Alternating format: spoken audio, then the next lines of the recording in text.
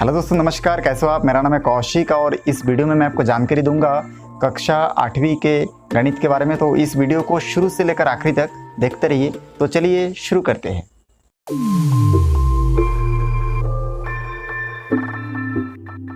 दोस्तों, यहाँ पे आप देख सकते हैं ये प्रश्नावली 5.5 का प्रश्न नंबर पहला है। इसमें लिखा हुआ है कि निम्न आकृतियों में x तथा y का मान ज्ञात कीजिए। अब देखिए पहला चित्र में आपको दिख रहा है कि ये जो देखिए A, B और C 3 पॉइंट है। अब इसका केंद्रीय जो पॉइंट है वो है आपका इसको ओरिजिन भी बोलते हैं, मुख्य बिंदु भी बोलते हैं, केंद्रक भी बोला जाता है। अब इसमें देखिए ये x डिग्री दिया गया है। तो इस x का मान मतलब ये जो 3 चित्र दिया गया है, इस तीनों चित्रों में x और y का मान हमको निकालना है। तो इसके लिए देखिए वृत्त का कुछ गुणधर्म है, कुछ नियम है, उस नियम को याद रखना है। जैसे मैं पहला नंबर इसको सॉल्व करता हूँ। अब यहाँ पे देखिए मैं आपको ये नंबर करके यहाँ पे सॉल्व करके इसको दिखाता हूँ। अब ये नंबर यहाँ पे मैं लिख दिया और इसके बाद देखिए यहाँ पे हल लिखूँगा। अब इसको सॉल्व करने के लिए सबसे पहले मैं यहाँ पे लिखूँगा। देखिए हम लोग जानते हैं किसी चाप का केंद्रीय कोण शेष चाप पर बने कोण का दुगना होता है। तो किसी चाप का केंद्रीय कोण मतलब अब ये देखिए इसका केंद्रीय कोण क्या है।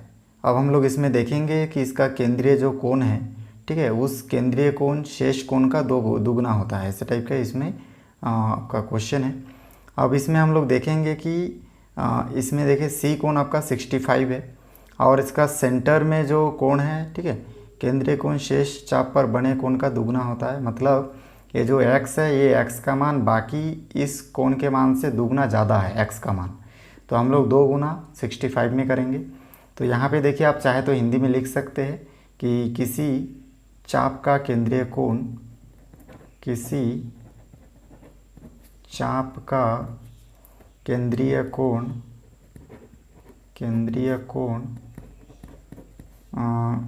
शेष चाप पर बने, शेष चाप पर बने कोण का दुगना होता है, कोण का दुगना होता है। ऐसा करके आप लिख सकते हैं। उसके बाद देखिए यहाँ पे हम लोग यहाँ तक तो लिख लिए।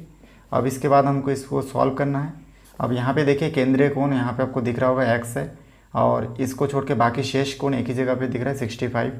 तो हम लोग लिखेंगे, यहाँ पे लिखने से लिख सकते हैं कोण AOB बराबर 2ACB। तो देखिए AOB मतलब O क्या है, केंद्रीय कोण है, इसलिए ये जो केंद्रीय कोण है बाकी दूसरे कोण से दुगना ज़्यादा है। तो दुगना हम लोग दूसरे कोण में करेंगे। तो दूसरा कोण इसमें दिख रहा है ACB, मतलब ये जो C है दूसरा कोण है।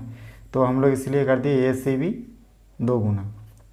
अब यहाँ पे देखिए AOB के जगह पे हम लोग बिठा सकते हैं x डिग्री, क्योंकि यहाँ पे देखिए x डिग्री दिया है, O के जगह पे x डिग्री बराबर हम लोग लिख सकते हैं 2 और ACB मतलब C कोण कितना है 65। तो यहाँ पे लिख सकते हैं 65 गुणा में लिखेंगे।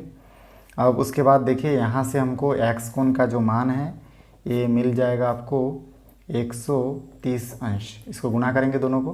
तो इस प्रकार से हमको देखिए x का मान 130 मिल गया। ऐसे ही हम लोग b कोण को भी सॉल्व कर सकते हैं। अब देखिए यहाँ पे b कोण को सॉल्व करने के लिए यहाँ पे फिर मैं b लिखता हूँ और यहाँ पे हल लिख लूँगा।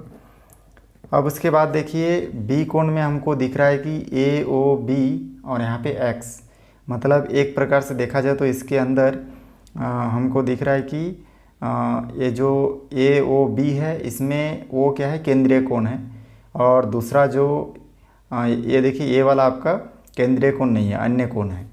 तो यहाँ पे हम लोग दे सकते हैं AB और यहाँ पे C डालने से डाल सकते हैं ABC। तो इस प्रकार से ये देखिए इसमें जैसे हम लोग हल किए इसमें भी करना है।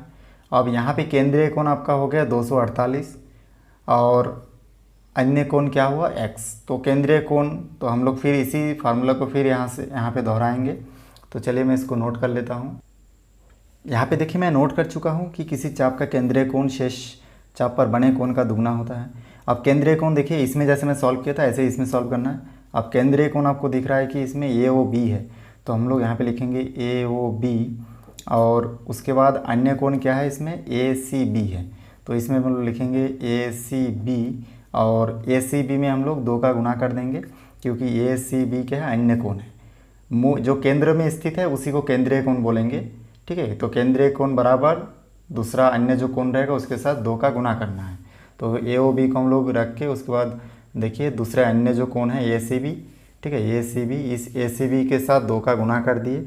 अब हमको देख देख के मान बिठाना है। ए ओ बी में देखिए, ए ओ बी में 248 लिखा है, तो यहाँ पे लिखूँगा 248 डिग्री बराबर 2, और ए सी बी देखिए, ए सी बी में एक्स कोण लिखा है, मैंने एक्स डिग्री लिखा है, तो एक्स डिग्री में लिख दिया। अब मैं इसको आगे सॉल्व करूँगा। तो यहाँ पे देखिए आगे मैं सॉल्व करने के लिए इसको यहाँ पे मैं नोट यहाँ पे x डिग्री अपने जगह पे रहेगा, 2 और x के बीच में कुछ नहीं है, तो 2 को पक्षांतर करूँगा तो यहाँ से हो जाएगा 248 डिग्री बटे 2। अब यहाँ से ये देखिए 248 को 2 से मैं भाग दूंगा, तो यहाँ पे मेरा जो आंसर आएगा वो आएगा आपका 124। तो इस प्रकार से ये कट जाएगा, तो यहाँ पे आ जाएगा 124 अंश बराबर x अंश। तो आगे मैं इसको सॉल्व करूँगा, तो यहाँ पे हो जाएगा आपका x डिग्री बराबर 124। हमेशा क्या करते हैं हम लोग, अक्षर को यहाँ पे इस प्रकार से लेफ्ट हैंड साइड में और राइट हैंड साइड को जो आंसर आता है उसको राइट हैंड साइड में लिखा जाता है। तो देखिए ये बी नंबर क्वेश्चन भी बहुत आसानी से सॉल्व हो चुका है। ये तीनों क्वेश्चन में आपको एक ही चीज़ याद रखना है कि किसी चाप का केंद्रीय कोण शेष चाप पर बने कोण का दुगना होता है। तो ये सेंटर वाले कोण को हम लोग क्या करते हैं, ये जो सेंटर में जो कोण है, इस सेंटर के कोण को हम लोग बराबर के एक तरफ रखते हैं, और बाकी जो कोण रहता है उसको 2 के साथ गुना करके लिखते हैं। देखिए यहाँ पे 2 के साथ गुना करके लिखे हैं। अब देखिए इसका जो 3rd नंबर क्वेश्चन है उसको भी मैं सॉल्व करके बताता हूँ, तो इसको देखते रहिए। तो यहाँ पे देख सकते हैं कि मैं उसी फॉर्म जो नियम है उसको लिखा हूँ। अब यहाँ पे मैं देखिए, अब ये डायग्राम को हमको देखना है मेन। अब डायग्राम देख के हम लोग जानते हैं कि हमेशा ओरिजिन मतलब इसके मुख्य बिंदु पर या मूल बिंदु पर जो कोण है वो होगा केंद्रीय कोण। तो इसमें दिख रहा है केंद्रीय कोण 74 है। इसमें भी हम लोग अगर देखेंगे इसको हम लोग लिख सकते हैं बी ओ सी, तो हम लोग लिख सकते हैं कोण बी ओ सी। देखिए केंद्रीय कोण क्या है इसमें, अच्छा यहाँ पे बना है तो हम लोग लिख सकते हैं ए ओ बी, सॉरी इसमें हम लोग लिख सकते हैं ए ओ बी। तो यहाँ पे मैं लिख देता हूँ ए ओ और यहाँ पे लिख देता हूँ बी। तो देखिए ये आपका ए ओ बी हम लोग लिख चुके हैं। अब ये जो ए ओ बी है, ये ए ओ बी इक्वल टू अन्य कोण। अब अन्य कोण हम लोग देखिए 2 कोण दिख रहा है अन्य में, एक्स कोण और वाई कोण। अब एक्स वाई दोनों में से कोई एक ले लेना है, तो मैं इसमें से ले लेता हूँ ए सी बी ले लेता हूँ या फिर ए सी ओ ले लेता हूँ। तो चलिए मैं यहाँ पे ए सी बी ले लेता हूँ, मतलब एक्स कोण को ले लेता हूँ। तो यहाँ पे मैं लिख सकता हूँ 2 कोण ए सी बी। तो बहुत ही आसानी देखिए, जैसे मैं ये दोनों क्वेश्चन में किया हूँ वैसे यहाँ पे भी हम लोग सॉल्व कर रहे हैं। अब ए ओ बी हम लोग देखेंगे, ए ओ बी, तो ए ओ बी क्या है देखिए केंद्रीय कोण 74। तो 74 बराबर, हम लोग कभी भी 2 का गुना केंद्रीय कोण के साथ नहीं करते, क्योंकि केंद्रीय कोण 2 गुना ज़्यादा है, इसलिए हम लोग 2 गुना जो करेंगे वो दूसरे अन्य कोण के साथ करेंगे। तो यहाँ पे अन्य कोण हमको दिख रहा है, हम लोग यहाँ पे एक्स कोण को लिए थे, तो यहाँ पे देखिए ए सी बी, तो सी के जगह पे यहाँ पे आपको दिख रहा होगा, यहाँ पे सी के जगह पे एक्स है, तो इसलिए हम लोग यहाँ पे भी ए सी बी के जगह पे एक्स लेंगे। तो यहाँ पे जाएगा 2 और यहाँ पे जाएगा एक्स डिग्री। इसको मैं आगे सॉल्व करूँगा तो यहाँ पे एक्स डिग्री रहेगा, 2 पक्षांतर होगा तो 74 डिग्री बाई 2, यहाँ से ये कटेगा तो इसका आंसर आ जाएगा 37। तो एक्स डिग्री का मान आ जाएगा 37 डिग्री। तो ये हमारा फाइनली आंसर होगा। तीनों ही आसान है। अब इसके बाद देखिए यहाँ पे ये तीनों क्वेश्चन को सॉल्व करने के लिए हमको इसमें एक ही नियम याद रखना है कि किसी चाप का केंद्रीय कोण शेष चाप पर बने कोण का दुगना होता है। मतलब इसके केंद्र में जो कोण रहता है उस कोण बराबर बाकी जो अन्य कोण के साथ जिसके साथ भी तुलना कर रहे हैं उसमें 2 गुना करना है और उसके बाद हल करना है, तो आपका आंसर आसानी से आ जाएगा। तो इस प्रकार से देखिए हम लोग इसका जो 5.5 का जो पहला प्रश्न का जो आखिरी क्वेश्चन है उसको भी हम लोग सॉल्व कर लिए। अब इसके बाद मैं आपको इसका प्रश्न नंबर 2 के बारे में जानकारी दूंगा, तो देखते रहिए। यहाँ पे देख सकते हैं जो प्रश्न नंबर 2 है इसमें लिखा हुआ है कि निम्न आकृतियों में x और y का मान ज्ञात करना है, और x इक्वल टू इसमें कुछ कंडीशन दिया है जबकि इससे पहले जो क्वेश्चन था उसमें कोई कंडीशन नहीं था। इसमें देखिए कंडीशन दिया है x इक्वल टू वाई, मतलब x का और y का मान एक दूसरे के इक्वल है। तो मैं इसको चलिए हल करना शुरू कर देता हूँ। अब देखिए पहला कंडीशन पहला क्वेश्चन के लिए ये डायग्राम आपके सामने बना हुआ है। अब इसको सॉल्व करने के लिए सबसे पहले मैं यहाँ पे हल लिखता हूँ।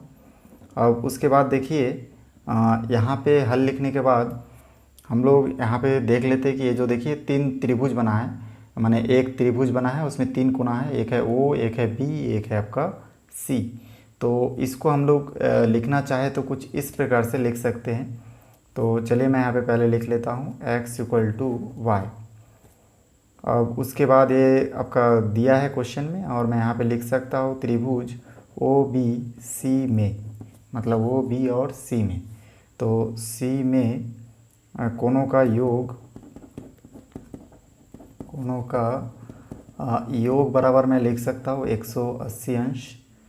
और उसके बाद देखिए यहाँ पे हम लोग जानते हैं OBC। अब डायरेक्ट तो चाहे तो हम लोग कुछ इस प्रकार से लिख सकते हैं कोण O प्लस कोण B प्लस कोण C इक्वल टू हो जाएगा 180 अंश। यहाँ पे कोण O की जगह पे देखिए यहाँ पे लिखा है 76, तो यहाँ पे हो जाएगा 76 डिग्री। कोण B और कोण C, तो हम लोग या तो देखिए यहाँ पे y के जगह पे x लिख सकते हैं या फिर x के जगह पे y लिख सकते हैं आपके हिसाब से। तो मैं यहाँ पे चलिए कोण B के जगह पे y है तो y लिख देता हूँ y डिग्री, और कोण C के जगह पे x डिग्री है तो x के जगह पे मैं अभी फ़िलहाल x डिग्री लिख देता हूँ और बराबर 180 का 180 अंश। अब यहाँ पे देखिए मैं तीनों कोण को देख देख के लिख दिया। अब यहाँ पे 76 डिग्री प्लस y का y डिग्री और x डिग्री के जगह पे भी मैं y डिग्री लिख दूंगा बराबर 180। अब यहाँ पे बात ये आता है कि यहाँ पे x डिग्री के जगह पे मैं y डिग्री क्यों लिखा। तो देखिए मैं इसलिए लिखा क्योंकि ये क्वेश्चन में दिया है x बराबर y, मतलब या तो x के जगह पे y लिख सकते हो या फिर y के जगह पे x लिख सकते हो। इसलिए मैं y के जगह तो y लिखा, बाकी दूसरे x के जगह पे y लिख दिया। अब यहाँ पे मैं कोष्टक में लिख दूंगा चूँकि x इक्वल टू वाई। तो यहाँ से देख कर समझ में आ जाएगा कि x के जगह पे y बिठाए हैं, तो इस प्रकार से x डिग्री की जगह पे y डिग्री बिठा दिया। अब इसको मैं आगे सॉल्व करूँगा तो यहाँ पे हो जाएगा 76 डिग्री प्लस y और y हो जाएगा 2y degree equal to 180 degree. अब यहाँ पे देखिए 2y अपनी जगह पे रहेगा और 76 को पक्षांतर कर दूंगा तो हो जाएगा 180 माइनस 76 और ये डिग्री में रहेगा, इसको भी लिख दीजिएगा। 180 में से मैं 76 को घटाऊंगा तो बचेगा 104 डिग्री और यहाँ पे 2y डिग्री। अब उसके बाद देखिए मैं इसको आगे सॉल्व करूँगा तो y डिग्री इक्वल टू हो जाएगा 104 डिग्री बटे ये जो आपका 2 है ये पक्षांतर हो जाएगा। 2 और y के बीच में कुछ नहीं तो गुना है, इधर आके भाग हो जाएगा तो 2 बटे में आ जाएगा। अब इसको मैं आगे सॉल्व करूँगा, 104 को 2 से भाग दूंगा तो हमारा आंसर आ जाएगा यहाँ पे 52 डिग्री। तो इस प्रकार से देखिए बहुत ही आसानी से मैं y डिग्री का मान पता कर चुका हूँ। अब यहाँ पे जबकि क्वेश्चन के स्टार्टिंग में दिया था x और y इक्वल है, तो y डिग्री का मान अगर 52 है तो x डिग्री बराबर भी आपका हो जाएगा 52 डिग्री, क्योंकि x और y दोनों एक दूसरे के इक्वल है। तो इस प्रकार से ये हमारा पहला क्वेश्चन बहुत ही आसानी से सॉल्व हो जाता है। अब इसका दूसरा क्वेश्चन बताता हूँ मैं। यहाँ पे देख सकते हैं कि जो प्रश्न नंबर 2 है इसमें उसमें दूसरा कंडीशन दिया है, जब x के जगह पे हमको 2y लिखना है। तो यहाँ पे देखिए पहला जो क्वेश्चन था उसमें x बराबर y था और यहाँ पे x बराबर 2y है, मतलब जहाँ पे x है वहाँ पे हम लोग x के जगह पे 2y बिठा सकते हैं। तो चलिए इसको सॉल्व करते हैं। अब देखिए डायग्राम स्पष्ट रूप से दिख रहा है कि इसमें जो केंद्रीय कोण है वो x डिग्री है और ये जो अन्य कोण है R और Q, इसमें ये 75 है और इसमें ये y डिग्री है। तो इसको सॉल्व करने के लिए हम लोग देखते हैं कि ये जो सेंटर है, इस सेंटर से देखिए S और P, मतलब यहाँ से यहाँ तक का जो कोण है, जो चाप है, ये चाप क्या लघु चाप है, और S के यहाँ से घुमा के पूरा यहाँ तक P, अगर मैं ये पीछे से इधर से घुमा के पूरे इस P तक आऊँ तो ये क्या है आपका दीर्घ चाप है, और यहाँ से यहाँ तक का लघु चाप। लघु चाप और दीर्घ चाप किसको बोलते हैं आप लोग जानते होंगे। 180 अंश से ऊपर वाले कोण को जो कोण बनता है उसको हम लोग दीर्घ चाप बोलते हैं और 180 से कम वाले को लघु चाप। तो यहाँ पे देखिए इसके लिए मैं यहाँ पे लिखूँगा लघु चाप SP द्वारा ये सब लिख सकते हैं।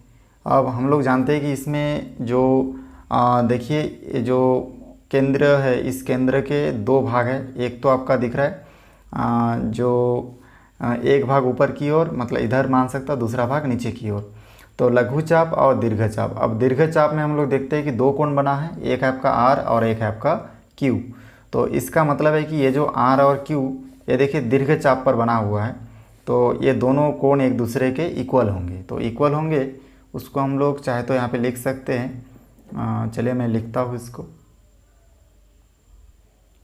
अब यहाँ पे देखिए आप देख सकते हैं कि मैं लिख चुका हूँ लघु चाप SP, ये जो S और P है ये लघु चाप है, द्वारा एकांतर खंड में अंतरित कोण। तो एकांतर खंड मतलब देखिए एक ही खंड, मतलब ये दीर्घ जो चाप है उस खंड में PQS और PRS ये जो दो कोण हैं, एक है Q और एक है R। देखिए Q और R ये दोनों कोण क्या है, बराबर होते हैं। तो बराबर है तो इसमें Q कोण का मान देखिए, ये Q कोण के जगह पे Q कोण का मान बिठाएंगे y डिग्री। तो और PRS मतलब R के जगह पे यहाँ पे 75 डिग्री। तो इस प्रकार से हमको y कोण का जो मान है वो देखिए मिल गया 75 डिग्री। तो ये जो 75 डिग्री हमको मिला है, अब यहाँ पे चूँकि यहाँ पे देखिए क्या लिखा हुआ है कि x बराबर 2y।